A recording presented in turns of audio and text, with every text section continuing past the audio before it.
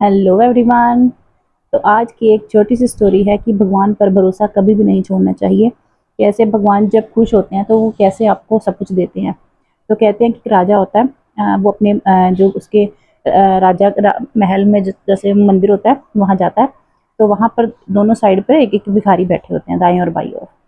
तो एक तरफ वाला जो भिखारी होता है, दाईं तरफ वाला, वो बोलता है, ईश्वर को बोलता है कि ईश्वर आपने राजा को इतना कुछ दिया, मुझे भी दीजिए। और जो बाईं तरफ बैठता है उसको वो राजा को बोलता है कि राजा, अब भगवान ने आपको बहुत कुछ दिया, आप मुझे दीजिए। तो दूसरी तरफ वाला जो भिखारी वो बोलता है कि तू राजा से क्यों मांग रहा है, तू भगवान से मांग, वही हमें देते हैं। तो राजा को गुस्सा आता है कि वो ऐसा बोल रहा है।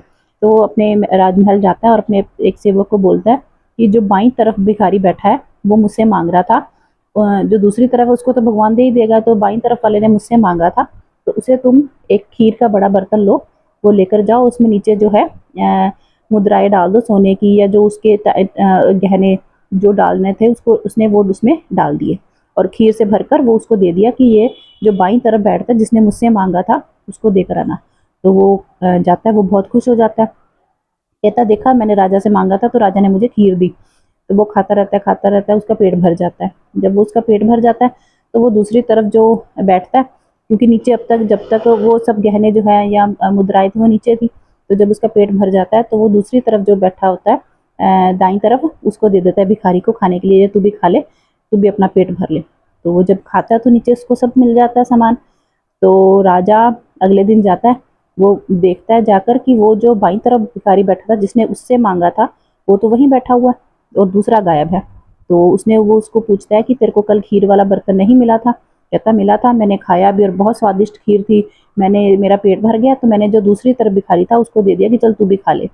तो राजा हंसता है कि सही में उसको ईश्वर ने दिया है, क्योंकि जब जब भी हम किसी के थ्रू, अगर राजा ने उसको क्योंकि उस भिखारी ने राजा से मांगा था, राजा ने उसको चाहे देने की कोशिश भी की, लेकिन ईश्वर से मांगा, ईश्वर ने जो सामान जिसको पहुंचाना था वहां तक पहुंचा दिया।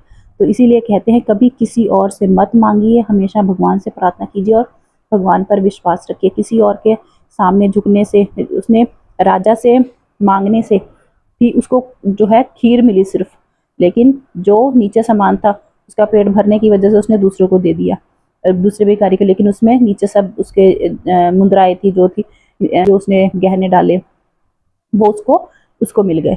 इसीलिए बोलते हैं कि जब भी मांगना है भगवान से मांगिए और हमेशा भगवान पर विश्वास रखिए। देर सवेर वो कभी ना कभी जो है, बोलते हैं ना कि जितना आप पेशेंस रखेंगे भगवान आपको उतना फल देगा, ज़रूर देगा। मेरे लाइफ में तो ये, मतलब मैं अप्लाई करती हूँ, मुझे विश्वास भी है भगवान पर, भोलेनाथ जी पर, बाबा लाल जी पर विश्वास भी है। तो इसीलिए अपने जो है लाइफ में हमेशा भगवान पर विश्वास रखिए और हमेशा भगवान से ही मांगिए। तो ये थी हमारी आज की छोटी सी स्टोरी। तो कल मिलेंगे, अब रेगुलर ब्लॉग आएंगे।